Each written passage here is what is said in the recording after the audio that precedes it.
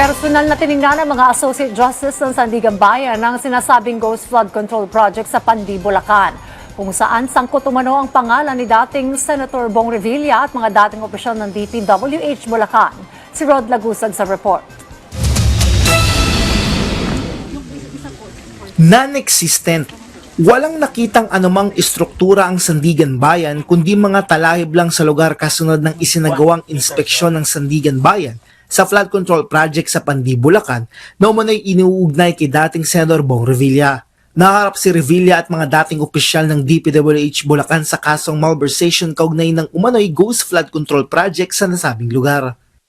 Nandito ako ngayon sa sinasabing kinaroroonan ng isang flood control project dito sa bahagi ng Pandi, Bulacan na may contract ID number na 25CC0299 sa isinagawang inspeksyon ng Sandigan Bayan 3rd Division sa pangunguna ni Associate Justice Carl Miranda ay wala silang nakitang istruktura mula sa sinasabing simula hanggang dulo ng proyekto. Masukal na daan na puno ng talahib ang nadatnan dito ng korte kasama ng prosecution at abogado ng mga akusado. Ang naturang ocular inspection ay isinagawa ng Sandigan Bayan 3rd Division para maberipika ang existence o pagkakaroon ng naturang flood control project kung saan ang Sims Construction ang kontraktor nito na pagmamayari ni Sally Santos na isa sa state witness sa issue ng flood control projects. Could you tell us if, the status or the stage of this project, if any? Based on visual, there's no scene accomplishment, Your Honor. None at all? Why do you say that? Because there's no structures seen, Your Honor.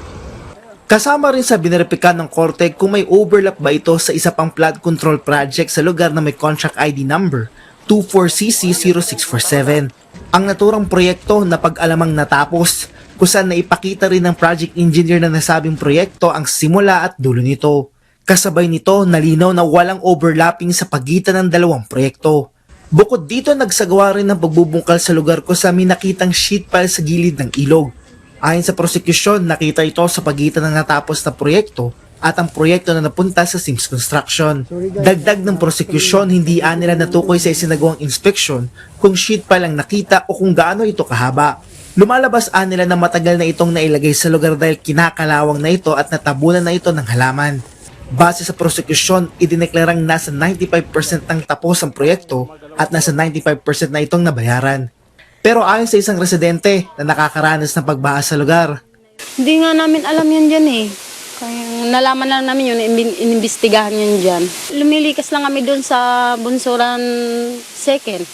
Pagka malalim na talaga, kasi minsan 3 days ang baha dito eh.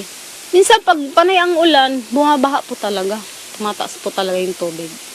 aniya, huling beses silang binahaan noong nakaraang taon.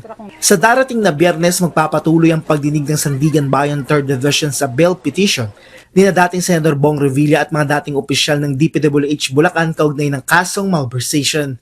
Rod Lagusad, para sa Pambansang TV sa Bagong Pilipinas.